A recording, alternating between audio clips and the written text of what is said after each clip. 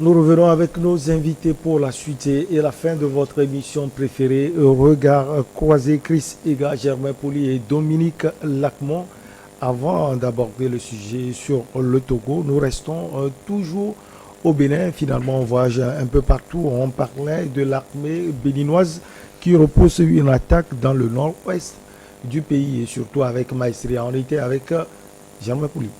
Oui, donc on salue ce coup réussi là des forces armées béninoises, mais en même temps pour dire que la solution militaire n'est pas la meilleure option, à mon avis, comme nous le reconnaissons tous ici.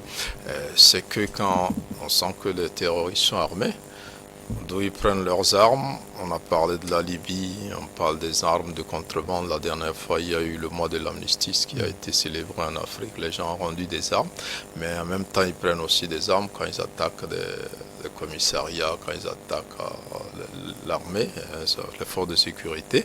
Et donc, on voit qu'ils sont super armés et nos États sont obligés aussi d'avoir des armements plus sophistiqués que les leurs. Donc, aujourd'hui, tous les budgets dans nos pays, il y a eu plusieurs lois sur la programmation militaire dans la plupart des pays où donc on donne plus de moyens à l'armée. Donc, pour la sécurisation, mais est-ce que ces moyens-là seuls, au Mali, ils ont fait l'option de se tourner vers la Russie. La Russie envoie des hélicoptères, envoie des avions, tout ça. Mais est-ce que c'est la solution? Je ne pense pas que c'est une solution qui va... Ce jour, il y a encore eu des morts. Voilà, ça va prendre du temps. Qui ont fait 10 morts. Nos États vont dépenser beaucoup dans l'armement.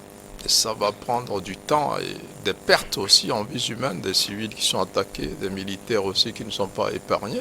Je crois qu'il faut trouver une solution africaine à ce problème. Parce que aujourd'hui, nous sommes en train d'accuser l'Occident de derrière. Et nous allons vers l'Occident pour régler ce problème. Ils ne peuvent pas régler un problème qu'ils ont intérêt à créer ou qu'ils ont créé. Donc nous, si nous sommes convaincus que c'est l'Occident, la solution doit être africaine. Solution militaire au niveau africain ou bien... Voilà, aujourd'hui les États essaient de lutter contre la pauvreté, contre les injustices en se disant, bon, c'est peut-être l'une des raisons qui pousse les jeunes à s'enrôler dans ces mouvements-là. Mais après, il y a des intérêts économiques qu'on ne maîtrise pas, et qu'on ne dit pas. Donc, c'est bien bon. Les Occidentaux vont nous aider. Les Russes, aujourd'hui, c'est eux qui ont le vent en poupe, mais je ne pense pas qu'ils vont pouvoir nous aider à régler le problème. Et il faut que les Africains commencent à réfléchir à une solution africaine donc de ce problème. Non du tout, parce que absolument. Je suis absolument contre sa proposition. Pas de discussion, parce que lorsque les terroristes sont allés attaquer le Bénin, est-ce qu'ils sont allés dire aux officiers béninois ce dont ils ont besoin? Est-ce qu'ils ont présenté une droit de revendication? Est-ce qu'on sait qui sont ceux qui sont en train d'agir là? Je crois donc que la solution, elle est toujours militaire selon vous? Militaire. Alors comment cela doit se faire? Il faut que l'appui des Occidentaux, de la Russie. Non, il faut que les Africains comptent d'abord sur eux-mêmes. Il faut que nos États, mais il faut qu'ils se donnent les moyens. Il faut qu'ils se donnent. Je crois que c'est dans cette situation-là que l'Afrique doit prendre conscience de son destin et se dire que on ne peut pas être développé par les Occidentaux et on ne peut pas non plus être protégé par les Occidentaux, parce que les Occidentaux n'ont pas vocation à développer l'Afrique. En ce sens, je crois, ils ont déjà essayé avec les dragons de l'Asie du Sud-Est. Lorsque c'est après la guerre, je crois que je l'ai déjà dit ici, ils ont fait le plan Marshall et ces pays sont devenus aujourd'hui des pays concurrents qui fabriquent les biens de consommation, qui fabriquent les biens industriels, etc., qui sont devenus des concurrents des Américains sur le même marché. Je crois que les Occidentaux n'ont pas vocation à développer l'Afrique. Il faut que l'Afrique apprenne à se développer. Et de la même façon, lorsque ces guerres affaiblissent l'Afrique, il faut que nous prenions des solutions endogènes contre les terroristes. On répond à la guerre par la guerre. Ce n'est pas une guerre des gens, entre deux camps qui se connaissent. Parce que c'est une guerre asymétrique. Les terroristes, on ne les connaît pas, mais qui nous déstabilisent. Donc c'est l'Afrique, les pays africains doivent aller à la guerre en comptant, non pas sur eux, le partenariat uniquement de la France, mais en multipliant les partenariats. Celui qui veut combattre efficacement les terroristes aux côtés des Africains, ils viennent, mais on ne peut pas faire sous-traiter la sécurité de l'Afrique aujourd'hui et c'est ce que au niveau disais tout à l'heure. Quand vous dites que les Occidentaux forcément n'aiment pas l'Afrique, ils ne vont pas faire développer l'Afrique. Ça, c'est évident, ils ne l'ont pas fait. Est-ce qu'on peut avoir besoin d'eux pour lutter contre le terrorisme? Mais c'est aux Africains de proposer, de dire ce dont ils ont besoin. C'est ce que de mettre dans le partenariat avec les Occidentaux ce qu'ils veulent. C'est leur intérêt qu'ils doivent mettre en avant. Parce que les Occidentaux viennent en mettant en avant leur intérêt. L'Afrique doit faire pareil. L'Afrique ne doit pas aller à ce rendez-vous-là comme quelqu'un qui est qui veut seulement recevoir. Je crois que l'Afrique doit se dire d'abord que ce qu'il veut, ce qui est son intérêt, il doit pouvoir l'identifier et créer des partenariats autour. Mais il ne faut pas que l'Afrique se laisse pouponner parce que depuis l'esclavage, ensuite la colonisation, le néocolonialisme jusqu'ici, les Occidentaux n'ont pas montré clairement qu'ils ont l'ambition de développer l'Afrique. Il faut qu'on tire leçon de cette situation-là pour aller de l'avant. Mais lorsque mon frère Pouli dit qu'il faut pour parler avec les terroristes, les terroristes je crois que je n'ai pas dit il faut pour parler. Il faut discuter. Oui, non, je n'ai même pas encore dit, je parle de solution, mais c'est vrai que je pense à cela.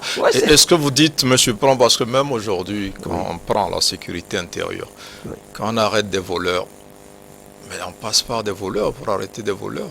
Vous savez que le force de sécurité travaille avec mais ça ne veut pas dire qu'on discute avec les voleurs. Mais oui, mais c'est leur renseignement, c'est comme ça que c'est la même chose, oui. Maintenant, quand on prend des otages, les djihadistes qui prennent des otages, qui les libèrent, vous croyez qu'ils les trouvent où pour les libérer? Mais ça, c'est un autre sujet.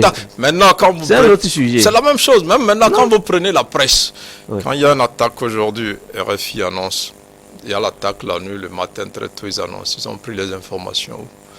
Sachez que donc les gens ont des contacts. Ce n'est pas ce qu'on appelle discussion. Non, mais j'arrive. Oui, mais non, j'arrive. Vous le traitez, c'est un thème qui existe. Ce n'est pas, vous le traitez c'est pour pour dire que les gens ont des contacts avec eux.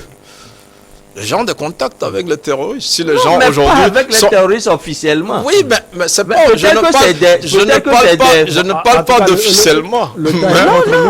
Non, ce que nous disons, moi ce que je disais en fait, aujourd'hui. La guerre est là, hein, mais si vous étiez militaire, je ne pense pas que vous seriez en train de me dire la même chose. Mais comme les militaires demanderaient qu'il y ait discussion avec les terroristes, que je veux parce que justement, ce sont eux qui sont sur le front, cette guerre, en fait, ils perdent leur vie. Allons-y doucement. Pour ça, il faut discuter avec les terroristes. Même la guerre peut continuer un jour, on va dire, faites taire les armes, allez discuter. Donc, tous les conflits généralement finissent comme même la guerre aujourd'hui Ukraine-Russie. Il y a différents types de conflits. J'arrive. Vous verrez que dans 2 ou 3 ans, si cette guerre continue, vous allez les voir s'asseoir et discuter. Alors nous, est-ce que nous avons les moyens, au lieu de nous développer aujourd'hui, d'acheter les armes? Les Russes seront prêts à nous vendre les armes. Les Américains seront prêts à nous vendre les armes. Au contraire, ils vont en donner aux autres pour nous dire que nous avons besoin de plus que ça. Et donc, je viens de dire, les budgets aujourd'hui, dans la plupart des pays, il y a des lois sur la programmation militaire. Il y a beaucoup plus d'argent qu'on met dans l'armement. Et on a dedans, toutes les fois qu'on est attaqué, on est obligé de nous équiper. Toutes les populations sont d'accord pour dire, mais on a besoin d'armement. Laissez tout ça, l'agriculture, un certain nombre de choses, on doit se protéger, la vie est plus... Alors, si on sait qu'un jour, on peut arriver à des négociations, à des discussions. Avec les terroristes? Avec n'importe qui, dans tous les pays. Mais quand vous prenez... que ce soit en France, non, mais quelle que soit la guerre, à partir du moment où vous on connaît les grands chefs terroristes, quand on les arrête, on dit tel camp, on les connaît de quelle manière? Oui, je pense que quand même, je dois dire quelque chose parce que les mécanismes ne vont pas être seulement militaires pour arriver au bout de l'extrémisme. Il faut discuter un jour. Non, pas aussi, parce qu'il n'y a pas d'interlocuteur en face. C'est ce que nous devons mettre. Nos mécanismes doivent être également pour permettre, par exemple, créer des projets, des structures, des projets pour empêcher le recrutement. Non, ça, ce n'est pas ce qu'on appelle discussion avec les terroristes.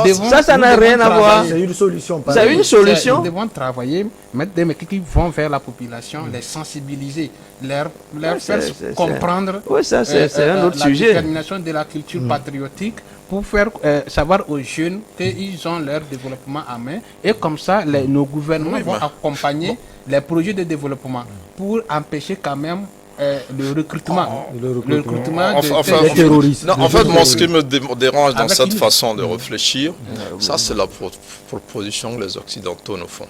Voilà. Les origines du djihadisme, c'est ça. Voilà les raisons. Et voilà, on est tous d'accord. Vous avez aujourd'hui un plan d'urgence pour le développement dans les savanes. C'est une bonne chose.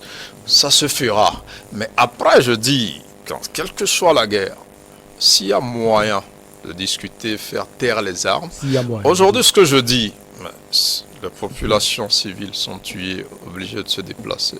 Les militaires sont tués. On pourra gagner cette guerre, comme il le dit. Mais après, quand on va regarder les pertes qu'on a eues avant de remporter la victoire, on va se demander est-ce que c'était la peine. Donc moi je dis aujourd'hui il faut réfléchir à ça. Moi j'ai pas une solution toute faite. Mais je pense que contre les terroristes, il n'y aura pas une victoire de plus. Mais même quand vous prenez au Sénégal, il faut se donner les moyens. Les rebelles de la Casamance. Mais le pouvoir a toujours discuté avec eux, même quand ils combattent. Non, ce ne sont pas les terroristes, c'est-à-dire ceux-là veulent... Non, c'est les Casamançais, c'est une rébellion. Des gens qui... Attention, il ne faut pas comprendre les choses, c'est des gens qui veulent un territoire à eux. Il y a des interlocuteurs. Attention. Ce que nous disons, non, moi, quand il s'agit de guerre, que ce soit terroriste, rebelle ou... On ne parle avec... Mais ce n'est pas la même guerre. Attendez. On va se faire mais c'est ce que je dis. Les leaders des groupes djihadistes, on les connaît, non? C'est la même chose. Non, on ne les connaît pas. Comment on ne les connaît pas? Mais on les connaît. Non. On les connaît. Écoutez. Comment on ne les connaît pas? C'est-à-dire que lorsque... Quand il y a une décision, on sait qui dirige le nouveau groupe maintenant. Comment vous dites qu'on ne les connaît pas?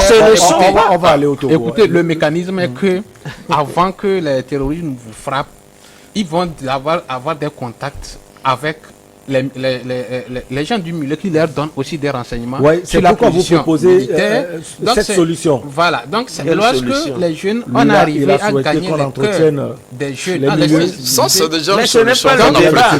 Le pays applique ça déjà. Le Togo applique déjà cette solution. Mais est-ce qu'il faut aussi attendre cela avant d'appliquer cette solution? Aussi, non, mais nous sommes des pays pauvres, hein. Il y a des urgences partout. C'est parce que maintenant ça chauffe dans les savanes, il faut concentrer.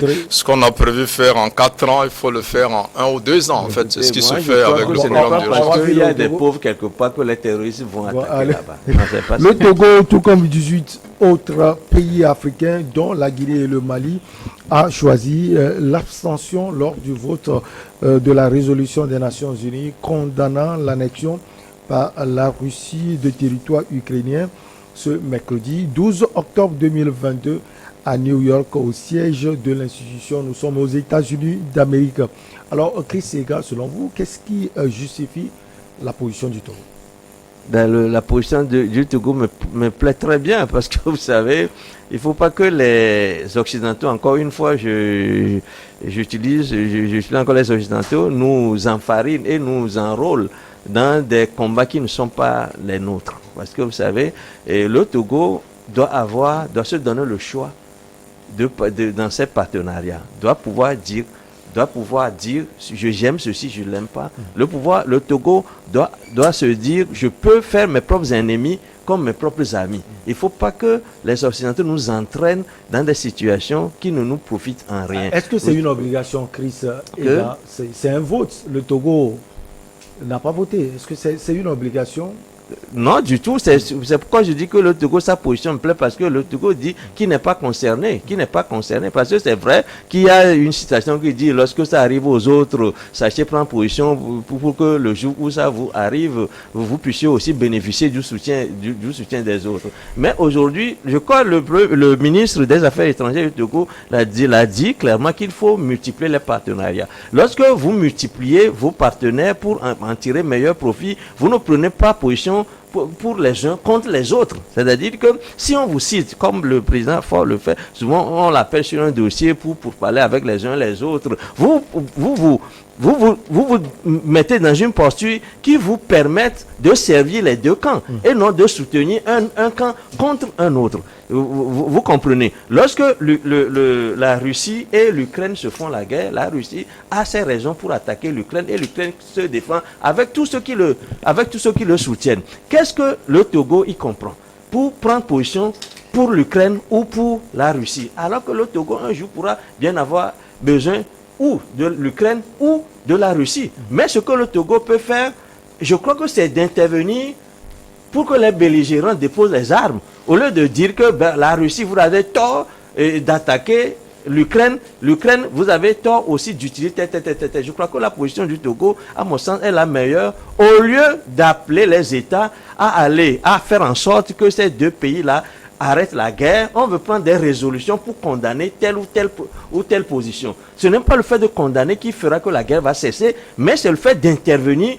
pour séparer les belligérants. C'est ce qui peut arrêter la guerre, et non de spéculer sur le fait de savoir qui sont ceux qui sont pour la Russie, qui sont ceux qui sont pour l'Ukraine. Je crois qu'on n'a pas besoin de ça pour que la guerre finisse, mais on a besoin des gens courageux qui ne prennent pas position, qui se mettent à équidistance entre les deux camps. Et je crois que le Togo se met à équidistance entre l'Ukraine et la Russie. Voilà. Allez, on a parlé de 18 pays africains, en tout cas. Le Sénégal, lui, a voté contre. Alors, Dominique Lacmon, même question à vous. Comment expliquer la position du Togo? Moi, j'ai été très fier d'attendre que le Togo s'est abstenu dans ce vote. Moi, je ne vois pas en quoi cette guerre nous concerne. Et vous savez, les Occidentaux nous ont toujours utilisés. Même on vient de parler du terrorisme là. Le terrorisme, dès son origine, n'était pas l'affaire des Africains. Mais quand le Ben Laden attaquait les positions américaines et occidentales, mais c'est comme ça, ils ont pris le terrorisme comme une cause mondiale. Maintenant, ils ont impliqué les Africains dedans. Et quand le terrorisme maintenant abat au centre de l'Afrique, ça devient vraiment une cause africaine. Eux-mêmes ne parlent plus de terrorisme. Il faut venir nous vendre les armes et tout ça. Aujourd'hui, je ne me vois pas quel est le pays africain qui va aller prendre position dans cette guerre entre l'Ukraine et la Russie. Le Sénégal a pris position. Le Sénégal est derrière l'Occident. Mais c'est une erreur. C'est fatal. Vous pensez que le Sénégal aura ses raisons aussi? Quel est son intérêt? C'est juste pour des affaires étrangères. Pour faire plaire le Sénégal, c'est une revanche. Oui, c'est juste pour faire plaire aussi. Le Macky Sall était allé voir Poutine. Après, on s'est bien moqué de lui. Et quand on a envoyé du blé, ce n'est pas en Afrique qu'on a envoyé le blé. Donc déjà, on avait utilisé le Sénégal pour une mauvaise cause. En réalité, ça ne nous concerne pas, cette guerre-là. C'est parce que nous, Africains, on ne s'est pas pris à temps. Et quand je suis un peu peiné que les céréales venaient de l'Ukraine pour nous vendre en Afrique. Mais c'est un peu ça, quoi. Alors, nous avons quand même les capacités d'avoir des céréales, même vendre aux Européens, que la guerre russo-ukrainienne nous empêche d'avoir des céréales. C'est un peu moi, à ce niveau, je ne suis pas d'accord. Et je pense que la position africaine, c'est de ne pas se mêler dans cette guerre qui est une guerre, ce n'est plus vraiment une guerre entre... En réalité, ce n'est pas une guerre entre l'Ukraine et la Russie. C'est une guerre entre la Russie et les Américains et ses alliés. Vous voulez finalement quoi? Que l'Occident laisse la Russie écraser l'Ukraine? Mais ils ont toujours, ils nous ont laissé avec les terroristes qui nous sévissent ici. Mais la Russie a ses intérêts. Et ils savent qu'ils ne peuvent jamais aussi laisser. S'ils avaient laissé même la Russie prendre l'Ukraine, peut-être la guerre aurait terminé. C'est quoi? Quel est l'intérêt qui joue là-bas? La Russie veut retrouver ses anciens territoires. L'Union soviétique, en passant, peut-être pas l'Ukraine d'abord. Après, peut-être on ira en Pologne ou pourquoi pas ailleurs. Germain Pouli, même question à vous, c'est la même question. Non, je pense que le Togo est l'un des pays africains dont on peut être fier en ce moment, de par la position qu'il prend sur plusieurs dossiers, le dossier malien, et puis dernièrement le discours du chef de l'État qui a été retransmis par le ministre des Affaires étrangères, donc à la 77e session des Nations Unies. Donc le Togo est clair, désormais on ne veut plus être d'un côté, on veut être africanophone, je pense. Donc c'est pour l'Afrique. Et dans cette guerre, le Togo a vu son intérêt, comme le disait Chris tout à l'heure. L'intérêt, c'est vraiment de ne pas se mêler pour se créer des problèmes en prenant parti. Parce que c'est une guerre dans laquelle les gens se lancent par intérêt. Et quand les États-Unis interviennent, c'est parce qu'ils ont un intérêt. Quand les Occidentaux sanctionnent la Russie, c'est parce qu'ils ont un intérêt. Même si finalement on sent qu'ils se sont tirés une balle dans le pied. Ils s'entêtent, on ne sait pour quelle raison. Et donc, nous, Africains, qui avons déjà du mal à nous nourrir, on n'a pas intérêt à se mêler d'une affaire dont on ne maîtrise pas les tenants et les aboutissants. Et puis, il faut commencer par s'affirmer, par dire qu'on est fatigué, de voter dans le sens que les Occidentaux souhaitent, même quand on ne comprend rien à la situation, parce qu'on se dit, bon, nos partenaires traditionnels, ce sont les Occidentaux. On vote. Aujourd'hui, l'Afrique est dans la diversification des partenaires et le Togo essaie de travailler un peu sur tous les fronts avec presque tous les pays où les intérêts togolais peuvent être garantis. Et donc dans cette posture-là, surtout d'une diplomatie entièrement tournée vers l'économie, vers le développement. Je crois qu'aujourd'hui, c'est le sens que le Togo donne à sa diplomatie. Et donc, c'est partout où nous agissons, on entend avoir des bénéfices sur le plan économique. Et le ministre Verdoucet, qui suit les consignes du président, le fait assez bien. Donc, ce n'est pas surprenant que le Togo prenne cette position. Vous l'avez dit, 18 autres pays, comme l'Algérie, comme la Guinée, le Mali, Centrafrique et autres. Il y en a qui, au lieu de s'abstenir, ont tout simplement fait de ne même pas se présenter à ce vote-là. Des pays comme le Bénin ne sont même pas allés voter. Donc, je crois que ça se fure un peu ses responsabilités, parce qu'il faut qu'on sache. Aujourd'hui, c'est vrai qu'il y a 143 pays qui ont voté pour, mais en même temps, l'Occident voit que le message n'est pas aussi clair que celui qu'ils auraient bien voulu faire passer à la Russie. Il y a de grands pays comme la Chine, l'Inde, plusieurs pays qui se sont abstenus, un peu comme le Togo. Donc je crois que l'abstention est une forme d'expression. Et il faut que les Occidentaux aussi tiennent compte de cela. Le message est passé pour l'essentiel, mais ça reste quand même une marque d'affirmation de soi pour les pays africains qui ont su quand même s'abstenir, qui n'ont pas voté comme ils ont l'habitude de le faire, parce que réellement aujourd'hui ne trouvent plus leur intérêt dans cette histoire. Avec cette guerre-là, et aujourd'hui la flambée des produits pétroliers est liée à cette guerre. Les Africains souffrent. Faut-il encore aller dans ce sens pour corser encore les sanctions contre la Russie et que la situation s'aggrave encore dans nos pays? Je pense que les Africains n'ont aucun intérêt à toujours aller dans ce sens, et que ce message, il faut que les Occidentaux qui ont initié cette résolution-là comprennent, qu'ils ne tiennent pas compte des intérêts des autres pays en prenant de telles décisions. C'est vrai qu'ils ont foncé, ils ont obtenu une majorité, mais elle n'est pas aussi confortable qu'ils l'espéraient. Alors, Chris Ega, en une minute, votre regard sur l'annexion, puisqu'on parle de cela, l'annexion de Donetsk, de Lugansk, de Kherson et de Zaporijia. Oui, ben, vous savez, c'est une question d'histoire. Forcément, moi, je ne suis pas pour que la Russie attaque l'Ukraine. Je suis contre. Oui. Nous parlons ici de l'affirmation de sa position vis-à-vis de cette guerre-là. Mais c'est une question d'histoire, et je crois qu'il faut se référer à l'histoire pour comprendre la situation qui se joue en ce moment. Et vous savez très bien que l'Occident a procédé depuis longtemps à ce que nous appelons à un phénomène d'endiguement de la Russie, parce que on voudrait bien que la Russie ne devienne pas aussi forte que l'était l'Union soviétique. C'est-à-dire on évite un retour à l'Union soviétique. Parce que vous savez, aujourd'hui, les Américains voudraient bien que le monde soit unipolaire pour que ce soit l'affirmation de leurs principes qui prédominent un peu partout. Et les Russes sont contre l'unipolarisme, qui, eux, ils souhaitent un monde multipolaire. Vous savez que c'est d'abord une guerre de